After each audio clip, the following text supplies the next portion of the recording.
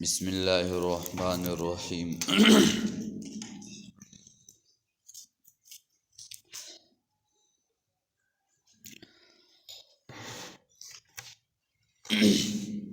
لقد من الله على المؤمنين إذ بعث فيهم رسولا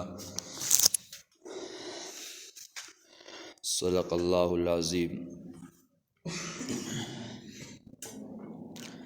د سیرت درسونه شروع والحبتواری هغه کې تیر شوي درس کې خبره احوال د عربو ذکر کېدل، نو هغه یو وجه ذکر شوي وه چې عرب ته عرب ولې وایي. دویمه خبره ذکر کوو د عربو جغرافیه، اگر چې جغرافیه لږه د علاقې ویل د هغې پیژنګلو د عامو خلکو او عوامو ته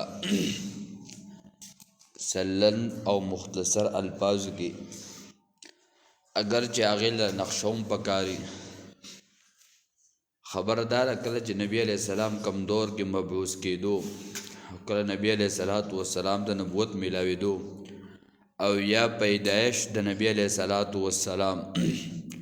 نو دغه وخت کې د تمام دنیا او د دنیا چې څومره بر اعظمې دي په دې کې صرف 3 بر اعظمې آباد وي او نن خو چې وګورې نو 9 بر اعظمه دي، بلکې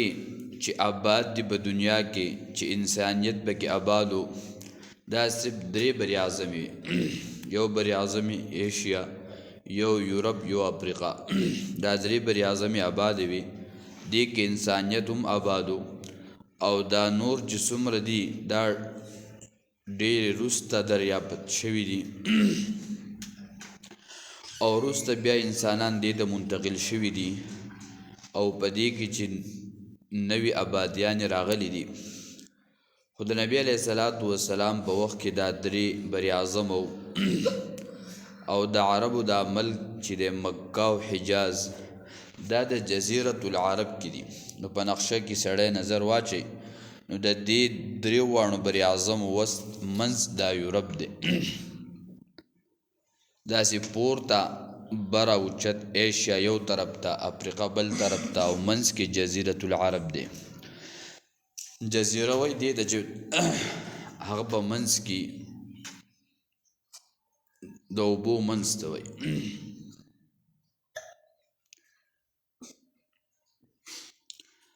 او د عرب چې دي جزیره نه بلکې جزیره نما ده. د عرب چې دي د دوی جزیره نما ده. دا ولې د دې نه 3 اطرافو ته اوبه دي، یو طرف ته هم کلاوه، ځکه دې ته جزیره نما عرب ویلی کېږي ورته. یو طرف ته یې مخې ته خشکي ده،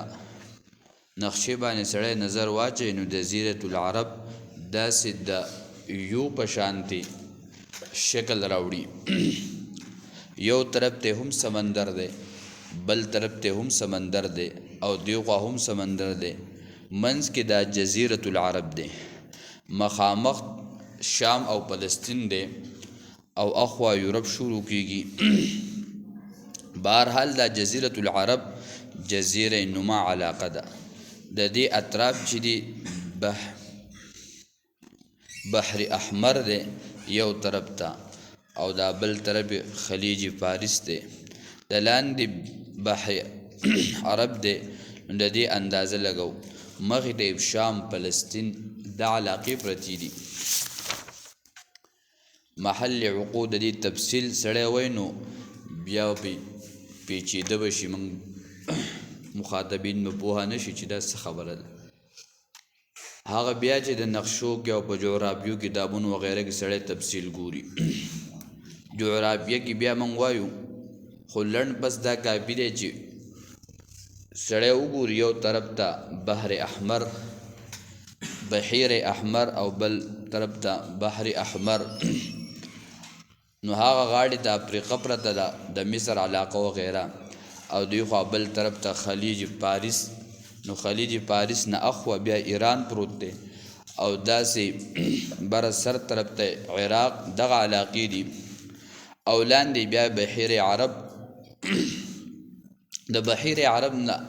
دی خوا موږ هندوستان دا علاقې پرتې دي د دې محل عقوق دا مکه په دې جزیرة العرب په منځ کې پرته ده د دې وجې نه لغت کتابونو مکه مکرمه نافی زمین ویلی دی ناف معنی نوم زمین د ځمکې نوم دی مرکز دی بهر حال د دې جزیرة العرب څه مختصر جغرافیه صورتحالو د دې جزیرة العرب تقریبا چې څومره د دې دریو واړو لارې دي هوایي لار ده بیا بحري لار ده بیا د خشکۍ لار ده نو دا درې واړه لارې داسې یو وسیع دي چې ټولې دنیا سره فضایي او خشکي او دریابي تمامې لارې په تګ راتګ کې برابر دي الله رب العزت په جزیرة العرب کې د دې انتخاب د نبی علیه السلام د بعثت دپاره د ولادت دپاره د دې وجې نه وکړو چې د تمامې دنیا مرکز او جغرافیې په لحاظ سره دا د پیغمبر دعوت د تمام چې برابر طریقې سره په اسانه ورسي جزیرة العرب انتخاب د دې وجې نه بیا د دې جزیرة العرب په دې کې چې کم دنده حصې تقسیمې دي دا ځکه وایو چې دا بیا وروسته په سیرت کې به دا خبر راځي د نبي علیه السلام په پیدایش کې د نبي علیه السلام کله په هجرتونو کې او کله په غزواتو کې او دا نومونه دا به چلیږي کله هغه ځای کله دغه ځای او کله دغه ځای نو د دې وجې نه موږ احوال د عربو او دا خبرې ذکر کوو چې په ذهن کې نقشه پرته وي خو لنډ د هغې صرف نومونه اخلو چې دا 5 حصو تقسیم دی یوه صوبه تحامیه ده او دویمه حجاز چې دا مکې او مدینه پکې ده دریم نجد بره داسې غریز علاقه ده د ریاض وغیره پکې دي داسې علاقې لکه زمونږ صوبه چې والي دا 400 او مردان او زمونږ د اسواد ملکنډي سي طرف غریزي علاقې دي او یمن دام په جزیرة العرب کې دننه دی عروس دا یو علاقه ده هغه د عراق سره لګېدلې ده دا 5 حصو باندې تقسیم دی جزیرة العرب دا 5 حصو ته تقسیم شوی دی بله خبره د دې حوالې سره چې د عربو او د قبایلو تقسیم عربو څو تقسیم دي نو د عربو قبایل دا په 3 تقسیم دي یو عرب بائده دي یو عرب عاربه دي یو مستعربه ده نو دا 3 وان عرب دي اوس په دې کې به دا خبره چې نبی علیه السلام د کم خاندان سره او نبی علیه السلام د کم خاندان سره تعلق د کم عرب سره تعلق د دې لپاره چې سیرت کې بیا کله موږ د نبی علیه السلام ولادت خاندان د هغوی کم حالات ذکر کوو چې هغې باندې سړی پوهېږي عربي بائده دا تاریخ او د سیرت کتابونو لیکلي چې دا هغه عرب قبایل دي چې ډېر پخوا تېر شوي پخواني امتونه څه وخت پورې وو بلکل وسې پناه دي او هېڅ نوم نشان نشته وجود هم نشته بلکې وجود برقرار هم نه دی لکه په هغې کې عادیان شو سمودیان شو دې ته عربي بائده وایي دا ختم شوي دي او قرآن کریم د هغې تذکره په قرآن کې شته او هغوی ته الله جل شانو پیغمبران را لېږلي صالح علیه السلام هود علیه السلام قرآن پاک کې مختلف صورتونو کې تذکره ده په سوره حق کې 4 آیت کې کذبت ثمود وعاد بالقاریه فاما ثمود فاهلكوا بالطاغیه دا موږ هلاک کړي دي تباهي او د هلاکت تذکره ده بهر حال دا خو عربي بائده لکه عادیان سمودیان د عربو او انبیا او بیا ختم شوي دي نسل او نسب هم ختم شوی دی نه دي پاتې شوي اوس بعضې مورخینو بنو جرهم قبیله د دې تذکره بیا وروسته راشي دا هم په دې عرب بائده کې شمار شوي دي چې دا قبیله ختم شوي ده د یو قول مطابق عرب عاربه اصل عربو دا یعرب بن قحطان اولاد دی چې دا د نبی علیه السلام دور پورې چلیدل، د نبی علیه السلام نه وروسته هم د عرب چلیدل، نبی علیه السلام نه مخکې هم د عرب ول او چلیدل. او دې ته موږ ویلو چې د قحطانیان هم ویل کېږي. دا قحطان چې دا دونیکو د یعرب بن قحطان اصل یمن خلق دي، او د یمن خلق بیا خواره واره شوي دي. نو دوی په جزیرة العرب کې څوک اخوا شي دي، څوک بره دي، څوک ښکته دي، د شام پورې دا رسېدل دي. د عرب عربه اصل عربو حجاز ته څنګه راغلو؟ نو کله ابراهیم علیه السلام او الله په حکم خپله بیبي خپل بچی دلته راوستو که نه، نو دغه ځای کې هاجره بیبي د زمزم اوبه راوویستلې د هغې د خپو په ټکار سره د زوی،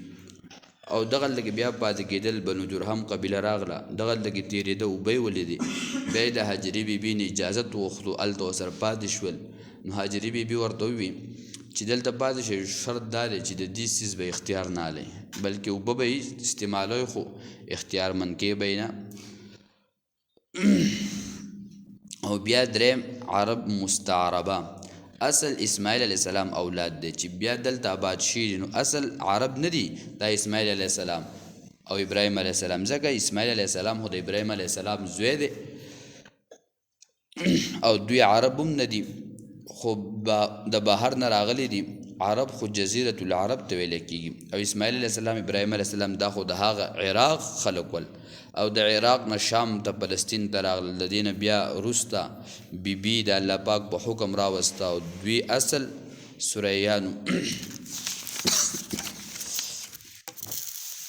او د هغو ژبه دا به یې ویله. د عرب دلته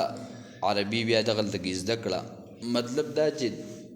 د عرب مستعربه اصل عرب نو، بلکې دا د بهر نه عجم راغلو، او عرب بیا پاتې شو اسماعیل علیه السلام اولاد. دا درې قسمه چې شو، نو نبی علیه السلام تعلق به بیا د چا سره شو؟ نبی علیه السلام تعلق بیا د دریم سره شو، مستعربه چې ورته وایي. دا خو د بهر نه راغلی دي، خو موږ حدیث ویلی د عربو په باره کې. که دغه حدیث چېرته صحیح شي، نو الله نبی علیه السلام فرمایي چې دا پنځه انبیا الله پاک په عربو کې رالیږلي دي. نو په هغې کې اسماعیل علیه السلام هم و، او نبی علیه السلام د اسماعیل علیه السلام په اولاد کې راغلی، نو دا هم عربي شو. او بنو جرهم قبیله چې وه، یعنې د یعرب خاندان، اسماعیل علیه السلام د بهر نه راغلی، بلکې دا بیبي چې وه نو دا خو د عرب وه که نه. او اولاد هم بیا د نبی علیه السلام دوی اسماعیل علیه السلام په باره کې دا اولاد چې دا د نبی علیه السلام. بهرحال دغې د دوی طبقات هم دغسې دي، تفصیلا دي خو د هغې ته نه ځو. اوس راځو د عرب یو معاشرې ته، چې د عربو معاشره او سوسایټي څنګه وه، او دا آخري عنوان دی په دې احوالو کې، خو تفصیلا دی لږ یو څو منټه به اخلي د مانځه. خو سړی وګوري د عربو په باره کې چې د دوی معاشره کې څه خرابتیا وي، څه خوبیانې وي، نو دا ویل او دا مخې ته کتل دا ډیر ضروري دي. اول دا د نبی علیه السلام بعثت او د نبی علیه السلام محنت سړي ته اندازه لګي، خو خبره دا چې د دې متعلق چې د عربو معاشره عموما حالات خو دا دی چې عرب د نبی علیه السلام د بعثت نه مخکې مذهبي او اخلاقي طور ډیر کمزوري او ډیر نهایت ادنا درجه کې لاندې زندگی و نهایت ګټیا لاندې ژوند او ژوند داسې وحشانه ژوند تیرو د وحشیانو غوندې زنا، شراب، جواری، غلا، لوټ مار، قتل، غارت، دا پکې عامو. دا حالتو چې بلا تکلف به د یو بل مخې ته ځان بربنډو. ښځې به هم تر دې چې ښځې به هم بربنډې وي، د بیت الله شریف طواف به یې کوو او په هغې کې به یې سعار نه ګڼل، بلکې کله به یې چې طواف په بربنډه کوو نو بیا به وي دا هم لا دي چا به ورته ووایي چې دا بربنډه باندې طواف ولې کوئ؟ ایا دا تاسو ستاسو پلار نیکه ویلي دي؟ وی نه، الله امرنا بها، الله راته ویلي دي. نو الله تعالی خو داسې نه وایي، دوی په خپل خیال او په خوشحالۍ کې یو غلط خیال کې او هغو دا چې دوی به وي زمونږ دا لباس دی، دا لباس خو د حرامو دی او د حلال لباس زمونږ سره شته نه او چې د حلال لباس شته نه او د حرام په لباس کې طواف کو نو دا خو بیا صحیح نشو. حالانکه شیطان څنګه دوکه کې او خبره ورله د بنیاد نه کې خوده خو کاری غلطو. حالانکه دا کار په بربنډه باندې د دوسو غلطو. نور خو لباس چې سړی حرام نو هغه جدا خبره ده خو دا بربنډوب یو خیال ورته کې خو شیطان او باغی کې سکړل اخته کړل. نو قرآن پاک به دې رد کوي او دوی به وي دا موږ ته الله تعالی وی. نو مطلب دا چې زمونږ دا ثواب دا کار کو موږ چې دا کم کار کو دا د ثواب دی موږ ته به باندې ثواب او اجر ملاويږي. سړو به د ورځې په بربنډه باندې طوافونه کول او ښځو به د شپې په بربنډه باندې طوافونه کول. نو قرآن کریم کې الله پاک رد وکړو ان الله لا یأمر بالفحشاء. الله پاک چاته به بېبرتګۍ باندې حکم نه کوي تاسو ځان د داسې زونه ساتئ. بهر حال دغه رنګې بل حالت د دی چې خپل لونه به ژوندی خښولې ژوندی به دفن کولې. بعضې قبایلو حالانکې دوی له دا سوچ نو چې آیا موږ چې د چا نه پیدا یو دا خو هم د چا لور ده. آیا زما دا ښځه چې ده زما د چا سره واده شوی دی دا خو هم د چا لور ده. او در دې پورې وایي چې کله به د یو سړي پلار وفات شو هغه به د خپلې مور سره واده کو. دومره حد ته خبر رسېدلې وه او دوی به دا خبره عار نه ګڼل بس دا چلونه به یې کول. او بله لویه غلطي پکې څه وه بت پرستي وه شرک پکې و. یو عظیمه برایي پکې دا هم وه چې دا عرب خو د ابراهیم علیه السلام خاص کر دا مکې والا دا خو اولاد د ابراهیم علیه السلام نو موږ مخکې تفصیل ذکر کو خو خاص کر مکې خلک دا د ابراهیم علیه السلام اولاد دی او د اسماعیل علیه السلام اولاد دی او د هغوی تعلیم ورته هم دی. نو دوی بیا ولې شرک کو او دا شرک څنګه راغلی مکې ته. نو اول دور کې شرک نه خو زمانه تیره شوه ځکه د ابراهیم علیه السلام د نبي علیه السلام تر منځه په زرګونو کال تیر شو. دغه شان دی د عیسی علیه السلام او د موسی علیه السلام په منځ کې څومره زرګونه کاله تیر شو. دغه شپږ د عیسی علیه السلام د نبي علیه السلام منځ کې علما ذکر کوي چې 600 له پاسه کم او زیات. دارنګې د عیسی علیه السلام د موسی علیه السلام غالبا د موسی او د ابراهیم علیه السلام خو تقریبا 2.5 کاله تیر شو په دې منځ کې.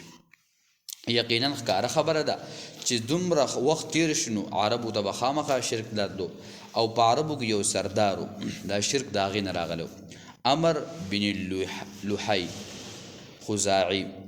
د شرک د شام نه راوړی. په حدیث کې راځي نبی علیه السلام د معراج په شپه باندې لاړ نو چې دی وکتو دی په جهنم کې او په جهنم کې په ځان پسې دا خپلې کولمې راښکو دي. جبریل امین تپوس وکړو د الله رسول وی دا څوک دی وی دا هغه سړی دی چې د مکې ته شرک راوړی د شام نه او بیا په عربو کې دا شرک بنیاد هم د ایښودی و ځکه د ابراهیم علیه السلام توحید برباد کو. الله پاک پیغمبر د صفایۍ لپاره راولېږو. امر بن لحی د عربو شرک ده راوړی او د ابراهیم علیه السلام کوم وخو هغې کو ډېر وخت تیر شوی 2.5 کاله تیر شوی نو جهالت ځکه راغلی نو اصل شام ته دی تللی دا خو عرب خو تجارتګرو نو دوی به تجارتون لتل نو دی امر بن لحی خزاعي دی ډېر بیمار شوی شام ته تللی چا ورته ویل هلکه هلته یو چشمه ده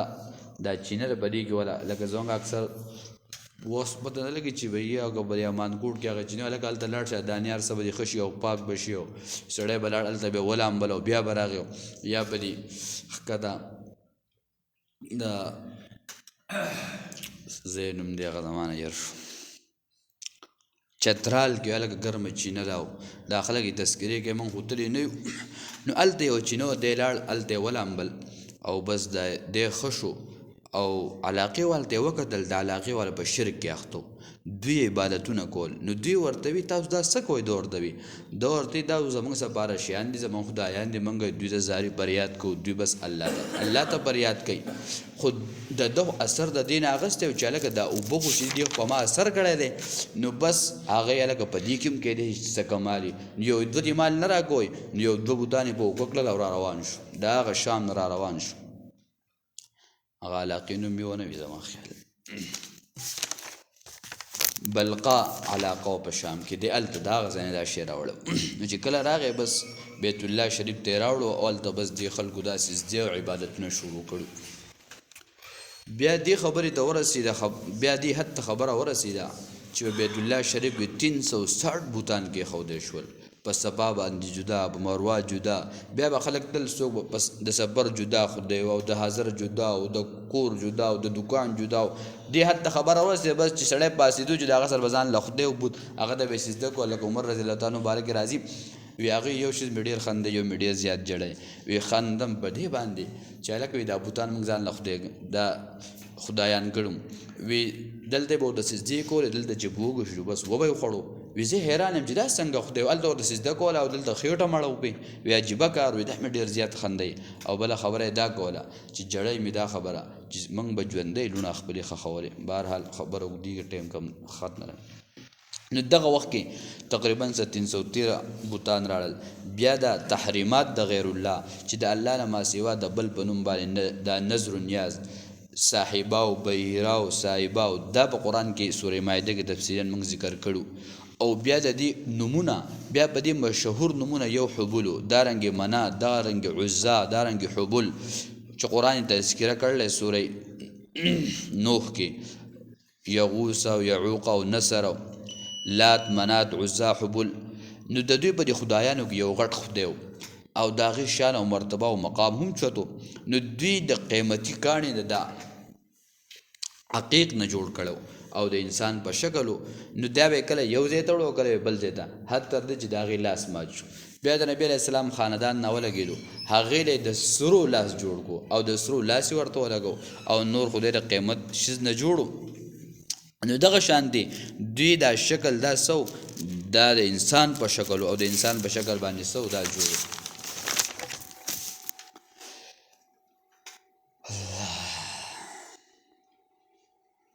چې نوح علیه السلام زمانه کې چې کوم 15 بوتان ول اصل موږ دا واقعا مخکې ورځ وویلو دا وایو بس بیا بس کوو او سبق اوږد دی خو نه رسي چې کله نوح علیه السلام په قوم کې نیکان خلک ول هغه وفات شول لا شیطان پسې راغی وی تاسو ته پته ده څو دا مشران څنګه ول دا خو داسې ول خو تاسو د دوی